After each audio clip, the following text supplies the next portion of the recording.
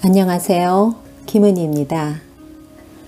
오늘은 제가 58페이지부터 61페이지 7째 줄까지 읽어드리겠습니다.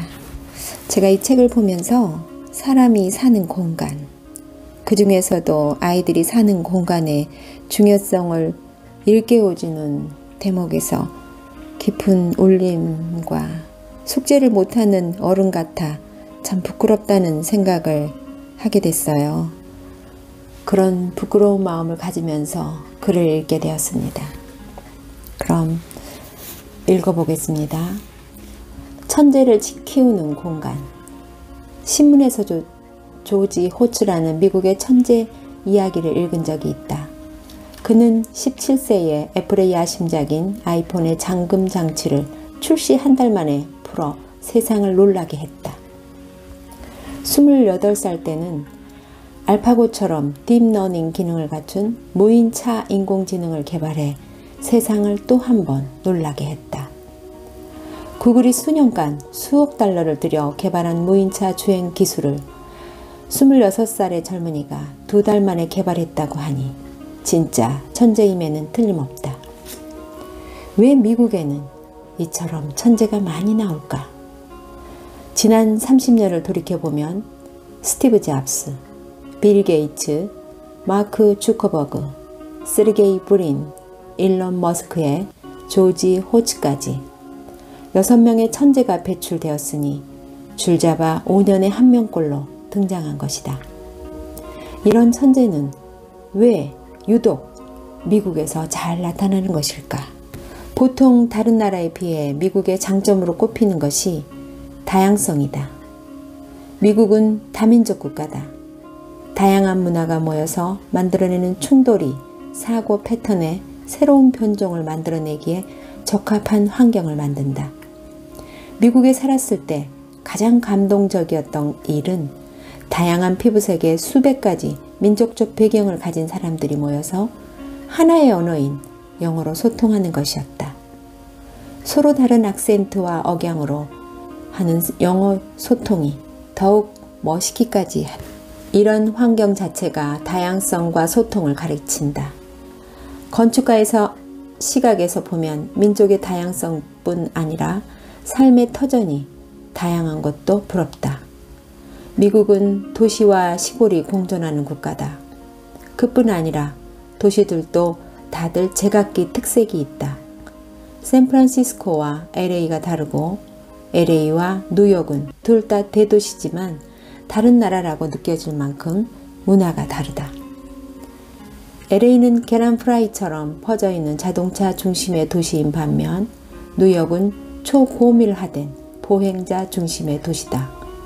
도시가 다양하다 보니 다양한 종류의 사람들이 자신에게 맞는 환경에서 자라날 가능성이 많아진다. 반면 우리나라는 전 국민의 60%가 똑같은 아파트에 산다.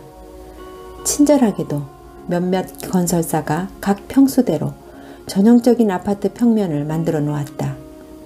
일장에서 강조했듯이 우리나라의 청소년은 대부분 비슷한 아파트에 살고 비슷한 학교와 학원에서 공부하고 뛰어놀 곳 없는 도시에서 비슷한 생김새의 아이들과 자란다. 이런 획일화된 보편적인 삶의 공간이 어떤 천재들에게는 창의성을 죽이는 공간일 것이다. 우리나라에 천재가 나오려면 다양한 교육과 더불어 다양한 종류의 주거 공간과 삶의 형태가 필요하다. 어느 방송 프로그램에 나갔을 때의 일이다. 방송의 주제는 어떻게 하면 서울을 더 아름다운 도시로 만들 수 있는가였다. 방청객 질문 시간에 초등학교 1학년 정도 되어 보이는 어린이가 이런 질문을 했다. 우리가 사는 도시를 더 아름답게 만들기 위해서 저 같은 어린이가 할 수 있는 일은 무엇일까요? 그 질문에 답을 할 수가 없었다. 왜냐하면 내가 아는 바로는 그들은 시간이 없기 때문이다. 요즘 어린이들은 어른보다 더 바쁘다. 필자가 사는 아파트에는 우리 큰아들이 놀던 놀이터가 하나 있었다. 그런데 요즘 아이들은 방과 후에도 학원 가느라 워낙 바쁘다 보니 놀이터에서 시간을 보내는 아이들이 점점 없어졌다. 그러다가 결국 아파트 분여회는 놀이터의 그네와 미끄럼틀을 없애고 그 자리에 장터를 만들었다. 중학생이 된 아들은 자신들의 공간이 없어진 것에 분노했다. 아무리 지금은 자주 가지 못하는 장소라 하더라도 추억이 깃들어 있고 가끔은 친구들과 밤에 그네 타면서 이야기하곤 하는 자신들만의 공간을 어른들이 빼앗아 갔다고 말했다. 아이들은 놀이터에 갈 시간도 빼앗기고 그들만의 공간도 빼앗긴 것이다. 화가 난 아들의 모습은 마치 댐 건설로 물에 잠긴 수몰 지역 난민 같았다. 도시를 좋게 만들려면 추억이 만들어질 만한 장소가 많아야 한다. 그런 장소를 만드는데 가장 천부적인 재능을 가진 이들이 어린아이들이다. 어릴 적을 생각하면 어떻게 그렇게 숨겨진 공간과 버려진 땅을 찾아서 재미난 놀이터로 만들었을까 하는 생각이 든다. 빈 골목길은 축구장이나 야구장을 비롯한 각종 놀이터가 되었고 비가 오면 물이 고인 웅덩이에서도 여러 가지 재밌는 놀이를 했다. 술래잡기는 창의적으로 공간을 찾는 기가 막힌 놀이다. 술래잡기를 하면서 아이들은 문 뒤쪽이나 장롱과 벽 사이 등 자기 몸의 크기와 모양을 상상하며 공간을 찾는다. 아이들은 시간만 있으면 공간을 찾아서 장소로 만든다.